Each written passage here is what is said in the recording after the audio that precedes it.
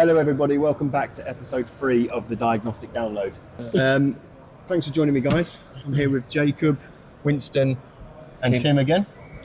How have you found the AutoMessen 25 so far, Jacob? Well, I can say what I don't find it at. Yes. It's crowdy. Yeah. It's been quite quiet today, actually. We had a rush this morning, didn't we, in terms of visitors. The show goes on till 8 p.m. this evening. Yeah. But still, we had some quality customers, of course, coming around, especially first half of the day. Yeah. So I would not say it's been poor. It's been quality, but slow. From your point of view, Jacob, obviously you're an Autocom employee. What's the necessity for Autocom to be at events like this? Why do you think it's beneficial to be at trade fairs for the industry? It depends on where you're standing on a certain market for the moment. Now we are introduced by a new distributor for us, and of course we want to help them to have a good start. So I would say that's the main reason for us being here this time. Yeah, nice. And Winston, welcome. Thank you. How are you?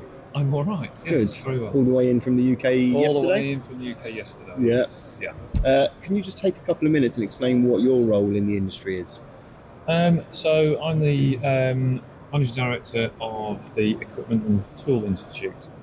So ETI has been in the US for some 75 years plus, helping aftermarket equipment and tool manufacturers integrate with what the OEMs are doing, and also with distribution. Oh wow. So they decided that they would roll out into Europe, predominantly to try and liaise with some of the Chinese manufacturers that are so predominant now, especially in Norway, with so many different brands available. We've got the EV show that starts tomorrow. Okay. And I think that runs on through until Sunday here. Yes.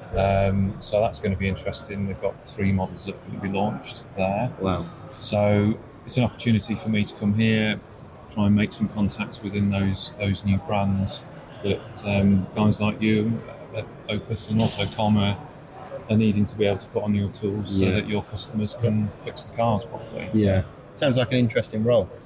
It is, yeah. I mean, I've been in the industry a long time, know a lot of the people, and it's nice to try and help now from the other side after being on the engineering side and experiencing the difficulties. Yeah. Understanding that, trying to facilitate some of those relationships that I found very hard back in the times of developing the tools. And being able to kind of influence that as well, I guess, is quite a unique position. Yeah. With the knowledge of kind of knowing how difficult it is. Yes, influencing not from a political point of view. Of course. ETI remain very much away from any of the lobbying side of things. Yeah. That's a very important part of what we do. Nice. To remain neutral. Enjoying it? Yes, it's been really good. It has been a bit quiet. Having exhibited here, I think probably about 3 or 4 times we've done that I've done that in my previous role. Yeah. It is a little bit quieter, but I get the feeling that people might be holding off until tomorrow. Yes. For the other show to be open next door, which is literally in the other hall. So it's a bit of a strange idea to stagger it. It is. It's an odd decision, and usually they run kind of parallel side by side. Yeah, I think the 2 years ago they had the HGV stuff next door, didn't they? Yeah. So I don't know. I mean, I hope for everyone here, we've got members that are here. I've been around talking to some of the guys that we represent in the US and also now in Europe. Yeah. Yourselves and Autocom included. Thank you for being members. It's an absolute pleasure. So, I'm hopeful for the guys here that have made the effort to exhibit products. Yeah. Do that. What about you, Tim? You were here yesterday. Did another video with you yesterday. What are your thoughts on the AutoMessen so far? As you said, it's not the busiest show in the world, but we've had some really nice meetings with both older customers. We've been here for a long time in Norway, and also with potential new customers. So quality meetings, but not the biggest of crowds, I would say. But it's definitely be worth it. Yeah. 100%. I think having the conversations have been quite in depth with people that have stopped by the stand and kind of had that conversation. I suppose for you, Jacob, one question that I've got that I actually asked Tim yesterday was, what do you reckon the biggest changes in the industry will be across 2025? From your point of view, from a diagnostic provider? Well, I think if we look on where we're sitting now in Norway, where you already have had the transformation to EVs, and I think we will see that on other markets, and it will be a quite speedy process, I think. The next generation of EVs platforms coming out in 27, 28 with new battery technique and so on. It will really make a big impact on the industry. Yeah. So I think that's the major difference we will see in near time. Of course, we always talk about fleet management. We're talking about autonomous driving,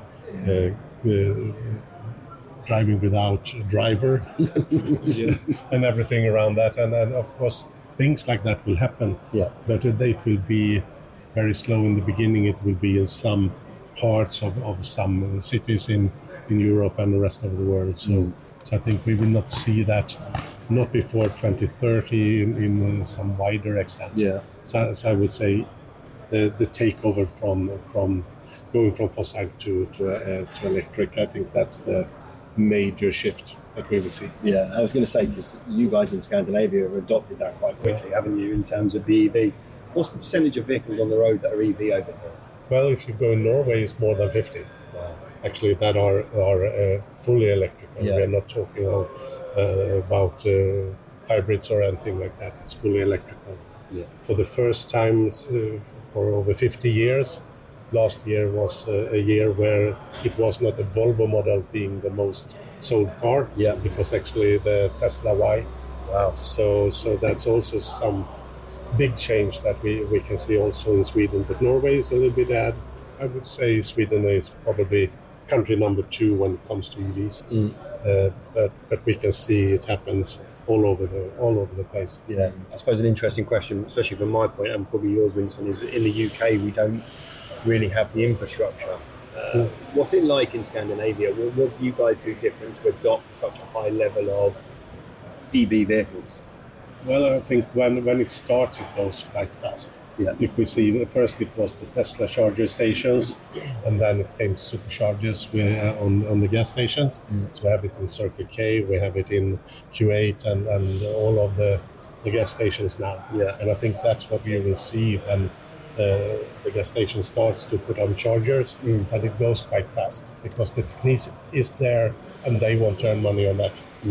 So it will go fast. It's not that hard actually. Yeah, I think it's really interesting because I know in the UK we're starting to see that shift now, probably, Winston, I would say, in terms of EV vehicles and people looking at EV vehicles now instead of kind of ICE vehicles potentially. Yeah, I think that now the prices are looking more sensible because of the second-hand market, and you know, with brands threatening to introduce sub €20,000 vehicles, Yeah. and it makes it more accessible. Yeah. But you know, it's okay if you've got a property and you can park it on the drive. You know, when you're talking about putting an extension cable out from the front room to your across a busy road or path. I mean, we've already had issues that I've read in the press about people that have got in trouble from local councils because they've been running cables across the road and things like that. So, but I have seen an increase in charges around and about, but I think it's the extremities of countries that are going to struggle, and certainly talking to one of the guys here on the Autotech stand, he runs a workshop in the north of Norway, and he was saying that a lot of the vehicles he works on are still diesel and petrol engines, because they haven't got the infrastructure necessarily up there, and there's the risk of long distances. I suppose they're travelling for quite some time from the north of Norway. You don't realise how big the country is until you're physically on the road. And I think also that's one of the differences between Sweden, Norway, and, for example, UK or any other countries, that we have quite few inhabitants on this big area. Meaning that people live in houses of their own. We have where we live on 1,000 square meters. So we have a lot of space, so it's easy for us to have the home chargers. Yeah. But when you live like 20 million people in London, Yeah. people cannot have the home chargers. And I think that's one of the major differences. Very, So very. that's why will take a little bit more time. Yeah. I did see in London actually a car connected up to a lamppost. They've done quite a few lamppost conversions, but it's quite worrying how low down they are, and Yeah. you won't really want to be putting the lead back in the back of the car after it's been put into a lamppost I haven't over. seen one in real life like that. I've seen pictures and images, Yeah, social yeah. media and stuff. Yeah. It's interesting. So Tim, I understand you just bought an EV. Yes, I did buy a Tesla before the incident in US with Musk. Yeah. Yeah, but no, it's actually a really nice car. I'm very happy with it. Due to the charging network that is available in Sweden, I have a charger at home. I can charge for, I don't know, I can maybe a fifth of the price for what petrol costs. Yeah. So I mean, it's so cheap to charge it up. And I also got like free supercharging around all of Europe for a year. That helps. So I can go on vacation if I wanted that to any European country. It's not your first EV, right? You bought EV. Yeah, I have another one, like a city car, a Renault Zoe. So what would your advice be to somebody that was looking at an EV but wasn't sure of making that jump from either an ICE vehicle or a hybrid vehicle? Yeah. I guess number one is always going to be the range. Like how far do you need to go, how often you need to charge. The reason I actually bought the Renault Zoe, technically for my fiance, to drive around short trips, was because it was a rental battery. So it's like you lease the battery from them. Since that's the most important part of the car, like the most expensive thing to break, I'm protected on that part. Now, of course, there are products on the market which can check the status of the battery if you want to take the risk of buying a used electric car.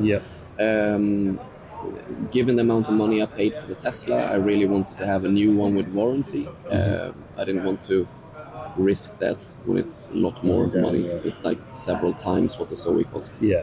I can also say that also driving an EV, I normally go short distance. Yeah. So I only charge at home. And for the first year, I had an average cost around 15 cents per 10 kilometers. Wow. So that's very cheap to drive it, especially when you always can charge at home. Yeah. It's a little bit more expensive if you go and you have to use public chargers all the time. But I only do that like 5 times a year. So it's very good economy in it. But still, as I said, in the next generation, it will be more for private persons. Now it's better when you have the company car, because then you have some tax reduction, and it's really good economics on it. But for me to buy that car myself, even if I drive it very cheap, it would be expensive.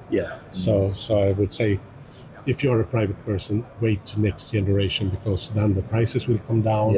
It will run probably at least 1,000 K on one charging, and it will be faster charging. So I would say, but as a company car, change today. That's a good idea. But a private car, I would wait a little bit. I think that's what Winston was saying earlier about the volume of vehicles that are now on the road, and the price reduction will be the catalyst for people getting involved in it. My sister and her new husband, they've just bought. Well, they bought a Tesla initially, and that was a used one, and they bought it on lease. So I think it was 3 years old, and because it was 3 years old, it was really cheap for them to lease it. So the deposit was really low, the monthly payments are low, and they bought that on the basis that she was doing reasonable mileage. She's a teacher, so she's commuting to and from work. He can work from home quite a lot, but it's worked out really well for them. They charge it at home. They've not found any issues in terms of getting stuck or range anxiety or anything like that. That's a big thing, isn't it? I was going to mention the range anxiety. Especially, like, I don't know, compared to the ICE engines, you can put into a petrol station, a fuel station, and you can just get fuel on demand. And I guess in Norway, Sweden, Denmark, them kind of places, it's a little bit different. But especially at home in the UK, one of the things is range anxiety for sure. In terms of owning an EV and the lack of infrastructure. It's getting better, as we mentioned earlier. But it's definitely one thing that I think about when looking at new vehicles is it right to jump to the EV now?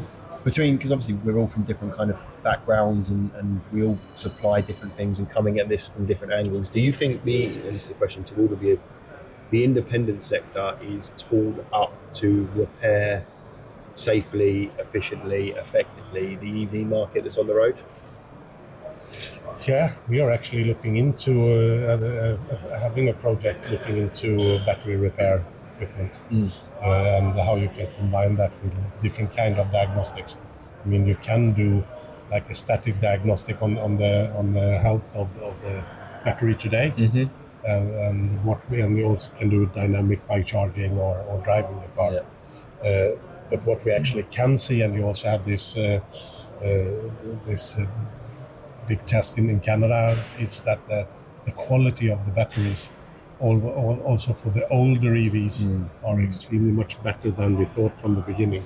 So so I would not be afraid of buying an old used EV car because they are quite good and the pricing is good on the used cars. So it was not a good idea for those people to buy it because they dropped in price. But to buy a used car now, I think it's a good idea. It's a good section. What about you, Winston, from your point of view? Do you think the garage independent sector is being tooled up? I think there's two aspects to that, isn't there? There's the bits of kit, and there's the bit of kit up here, and I think that there's a lot of knowledge that needs to be absorbed by the technicians. Lots of training and stuff like that. Loads of training, loads of help from the guys in the industry, girls and guys in the industry that are producing the tools. I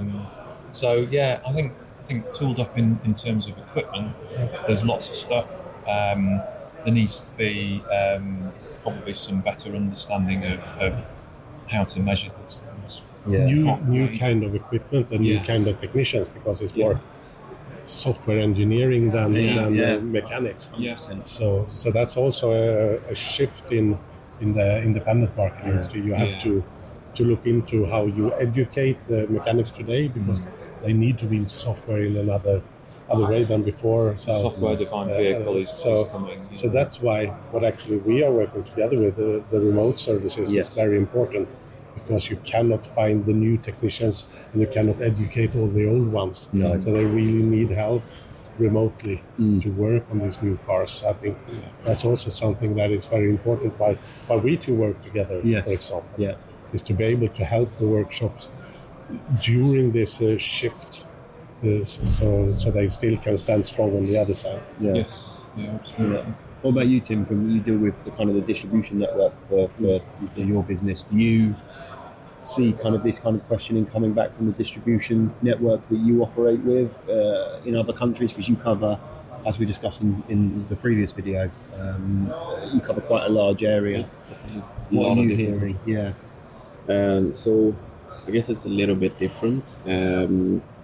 I'm not sure if the market really is ready for what's happening right now, because the garages are buying like ADAS equipment. They have ADAS in the tools, depending on, and the cars are getting so advanced, and they're finding it a little bit hard to actually charge the customers for the safety. You buy a new car, there's so many systems, you trust them to 100% to save your life, but they don't actually charge the customer to calibrate this. I mean, so if you change something on a car, something breaks, and you don't calibrate it again, you don't know if it's going to work. You're risking it. So I think there's a large market to be actually done there for them to catch or make money on. When other things with a petrol engine are being removed, they can move into that type of work instead. Same with the batteries as well. Of course, Eastern Europe is moving slower, but they are actually catching on. Looking at what we thought we were going to sell to them, like our products, they were not buying that. We were buying the same high end that we sell in the Northern Europe, which was a little bit surprising, that it went so fast in the transition. But it's we actually took out the low range product from our portfolio that we thought we would sell in those countries, but they go for the same high-end solutions that Tim says. So it's interesting. I really like the idea around the training piece, because I hadn't really thought about that. I suppose over the years, again, I've been in the industry since 2001 when I left school, which feels like a long time, but there's people that have been in a lot longer than I have. It's always been the internal combustion engine. It might look slightly different with high pressure fuel systems and points and everything like that, but we're now talking about a completely different animal with the EV vehicles, aren't we? So training is going to be a big part of that. And I think from our point of view, from the industry perspective, I think it's a good shift because it will attract the newer generation, like you said, Jacob, of the software engineers. It's now becoming a lot more technical than it ever has been. It's been a very mechanical kind of hands-on role before, I think, in the industry. And I'm intrigued to see how that plays out across kind of Europe. It's interesting having conversations. I mean, it's not only the EVs; it's the autonomous parts of the cars, and that also goes on the combustion engine parts. So it's not only EVs; it's how you set up the rest of the cars. Do you think Scandinavia will be one of the first places to adopt the autonomous driving, like you did with EVs? We have had it for a couple of years when it comes to buses up in Stockholm and Kista, where we have Microsoft and all the IT companies. They have it for more than 10 years. Wow. And we have it also now in part of Gothenburg. And we are testing trucks also going on the road through Gothenburg and south. So there are things coming up, but we are not in the lead. I think it will be in some, if we look in Europe, I think it will be like Milan, Madrid, parts of Paris, London. I still don't know how I feel about seeing a vehicle with no one driving it. I've never experienced. I know they have some tests. I know Jaguar and Land Rover did some tests with some of their cars about all the cameras and the autonomous driving. You see them over in Phoenix, don't you? So there are some people doing that. And, but you're right. Normally, I mean, it's a bit like the Tesla Loop when you go to the SEMA show or CES or whatever, and people talk about the Loop, but it's just somebody driving the Tesla. It's not the Tesla driving you. It's so you might get someone that goes fast, and you might get someone that goes slow. So there's not even a few years ago at SEMA when some of the other companies were sort of launching some of the autonomous driving. They had a safety driver and then they had a technician. So they only really had 2 or 3 seats in the car, and so but there are people that are rolling out. Volvo trucks are they are driving totally without a driver. Of course, they have this ghost driver if something should happen, but seldom it goes without the driver. It's just there for safety. So they've really gone far on this. But the question is, when do I dare to test it without the ghost driver out with all the other traffic and with a car like that? I mean, that's scary. Having no one in control of it. So kind of final few questions then, Tim. I'm going to start with you on this one. What do you think the biggest change in our industry will be over the next 5 years? I guess it's software moving online, which is really important, why we brought you guys in. So that multi-brand diagnostic tools cannot there's no OBD tool port anymore. So you have to use an OEM tool or an OEM server. So I think we're going to see that a lot more. The meaning of what remote service is today is going to change, because right now remote service can have a lot of meanings. Anything from an untrained technician has bought the OEM tool and you ask for software and they just give it to you, and it didn't solve the problem. But you asked for it. So we've done it. Compared to what we have now, where you have trained, like certified technicians doing it the real way, making sure the problem. So I think the meaning of remote services will definitely change. Because you can't access that information in the future without actually being a master technician, for instance. So that's something that's going to be very beneficial for both our companies. Winston, what about you? Taking it from a bit of a different view, I think that the way workshops are set up and work in the future is going to have to not necessarily change for everybody, but I think, in the UK there's been discussions about legislation over checking ADAS as part of PTI, MOT. So I'm still shocked that it's not because it's so prevalent on the vehicles now. And you check everything else that's safety related, i.e. wipers, lights, washers and stuff like that. Exactly. To not include that in an MOT in the UK is crazy in my opinion. And as you say, you become reliant upon these things. And if they're not working, so checking them. So that if you're going to do that for all brands, then you're talking about real estate. So your garages, your workshops have got to be so much bigger.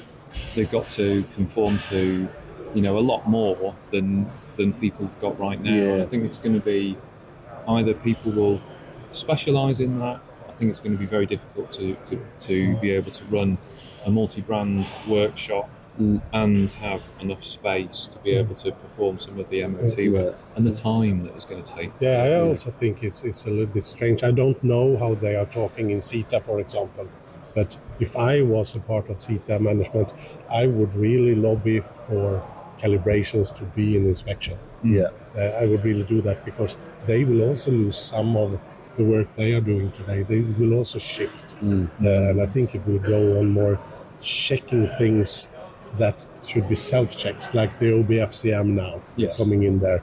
The next step will be Euro 7. Will they check that you do the right measures on tires and brakes and also the capacity of the batteries that you can see in Euro 7? So I think they should also work to get the calibrations, because it's crucial. It's about life and death. But one thing that I find a little bit funny as well is that you don't check it, as you say, at the inspections, but there's also no ruling to how you actually do the calibrations. Like, are you following the OEM steps, or have you found something else out that works, or do you know that it works 100%? Like, I think another concern, and the thing that I would say would change to answer my own question effectively, is I think from our customers, members' point of view, we have to also train our customers. Because I think the people that are buying the EVs, you guys are very different. You're in the industry, you know all the safety features. But if I think about my family friends and other family and friend members, do they really know what all of this stuff is doing? They know that the lights show when there's someone in your blind spot, but how is that operation? So I think there's that educational piece from the manufacturers as well to the end users to say your car is safer. It's more safer than it's ever been. Road accidents are on still driver error, etc. But the major incidents are becoming less and less each year, and that's because of the technology. But that information needs to be fed back to the drivers of the vehicles, because I don't think they and our customers get a bad rap, don't they? When you take the car in and you start talking about what you were saying, Tim, about charging for this and charging for that, and they go, "You're just trying to rip me off." When they've bought a computer on wheels, they need a computer and in-depth diagnostic software or remote services or calibration to fix that car. That's when it becomes difficult. But the OEMs can help with that. So a good example is a neighbour of mine. I was speaking to them just last week, and they'd gone to the pub, they'd had a meal, they'd come out, he got into his high-end German car. Other brands are available. And he'd got in, and the first thing that came up on the dash was, your vehicle has been involved in a collision. In the car park? In the car park. And then proceeded to play back the footage of the white van reversing into the front of his car. Expensive meal? Well, not for him, because he's got it on camera. So from an insurance point of view, it's great, because it's recorded the event. From a safety point of view of the user, I mean, he's actually an ex-dealer, so he knows what he's doing in terms of vehicles. But taking a layman's point of view of getting in the vehicle and the car saying, "You've had a problem. This is the video evidence of it." Serving it out to him as well is quite incredible. He then gets out and has a look, and you can see there's been a knock on the front, and there's a piece of plastic that's broken. And it says you must take this to the workshop. I just said dealer, but it said take it to the workshop immediately to be checked.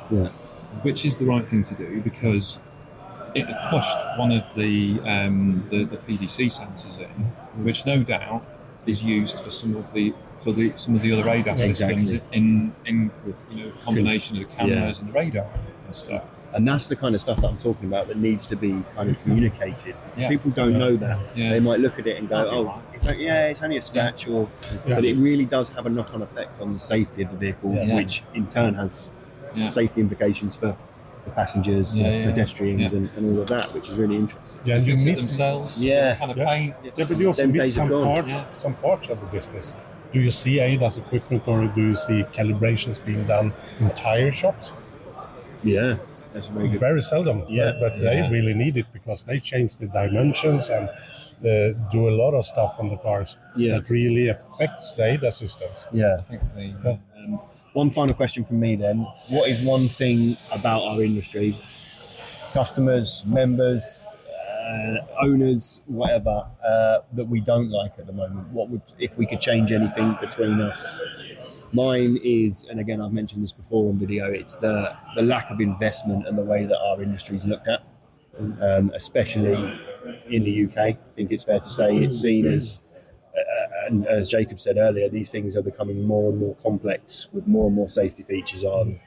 And you need to be an engineer these days to understand how the software works and all of the safety systems and everything like that. So that's one thing I don't like. What about you, Tim? I would say maybe taking the diagnostics for the workshop for granted. Like it's expected that you know a certain level of what you should do with it. You should have the updated one. Like it's, but you can't charge for it. Yeah. Like you do all the high tech, everything you do it well, but you can't charge for it. Like that's so strange. There's no other industry out there that you would do the work and then get an argument that I don't want to pay for that. No, yeah, exactly. It's like at home, if you call a plumber out before he or she has already stepped through the door, there's a call out charge. If you were to try and put that in place in a diagnostic workshop, there'd be riots, I think, in certain places. The high end garages do have the ability to charge.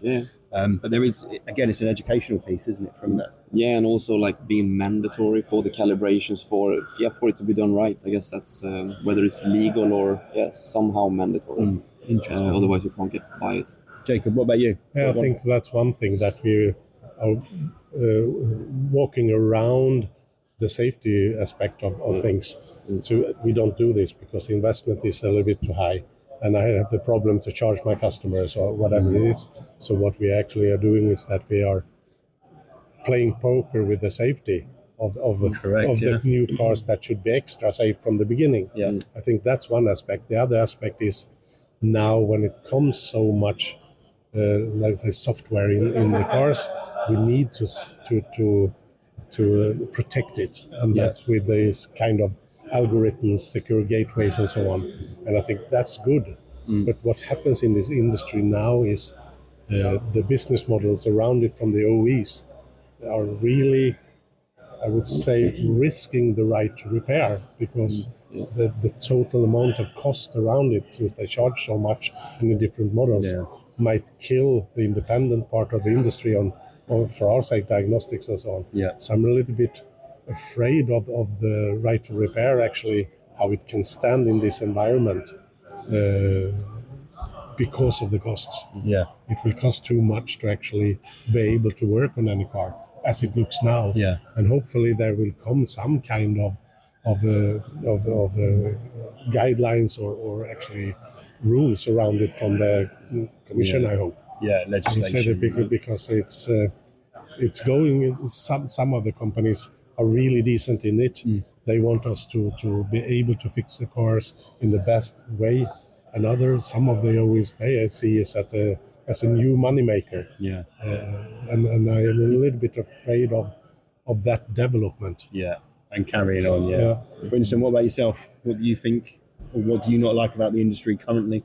Well, sort of carrying on from that, I think it's important that access to information is available. I think it's important to recognise that independents have a place. For me, a good example of that is tyre repair. You're not going to go back to the dealer if you've just bought your new car and you drive down the road 10 minutes and you get a puncture. You go to a fast fit or something like that, and same with windscreen repair. But it's all of those things around that the independents need to have access to be able to do the job properly. Yeah. Because it's the brand that gets affected ultimately. Yeah. If it's not repaired properly. Yeah. But in terms of what I think there's a load of opportunity in the industry. I don't think there's anything I don't like. Opportunity is probably a better word there. So I think there's a load of opportunity, and I think it does come around back to opportunities for not necessarily younger generation, but people that want to do a job that's rewarding. It doesn't have to be just repairing the car. It can be in the office, or there's lots of jobs in automotive. I think that are there to be had. But certainly, it's a much more clean environment, so you don't have to get as dirty as you may be used to. But the things have still got fluids in them.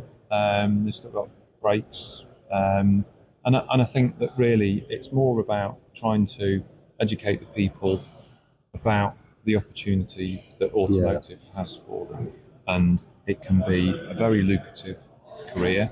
Certainly at the moment, in terms of emerging EV technologies, if someone wants to go into something that has got challenges, a future challenges, and it's not your normal 9 to 5. It's always going to be something different. Every day's different because every vehicle's different as well, isn't it? That's one thing I found in terms of that. It's like a varied role instead of, like you say, sitting at a desk 9 to 5. Looking at a computer there's nothing wrong with that, by the way, but I wouldn't be able to do that. No, horses for courses, and I think it's about educating people that actually there's a lot of great stuff that you can do in this industry, whether it's doing what we do, designing, developing, selling, it's there's plenty of great people in this industry doing different things. So it's nearly 7 o'clock now on the second day of the AutoMessen 25 in Norway. Our friends at Autotech are getting some dinner in for us. I believe we're having some pizza, so we'll kind of wrap it up there. Tim, where can people go to find out about what Autocom are doing on everything we've spoken about? Where's the best place for them to check it out? Is that your website? And what's the link? Yeah, I would say our website, autocom.se, and then you, in your case, choose the English language. Yep. And then you'll find everything there: products, development, secure gateway. Yeah. Nice. Contact information. Information. That's the main thing. And Winston, what about yourself? Where can they find information about ETI? etools.org.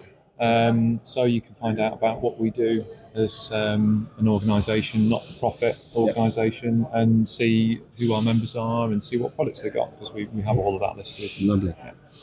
Well, thank you for your time, gentlemen. I think we'll end it there and go and get some pizza. Thank you for joining us on this episode. Be sure to like, subscribe and comment below with anything that you'd like us to cover moving forward. You can find all information about our new Drive Pro 2 product at opusivs-uk.com and you can see all the information there. See you soon.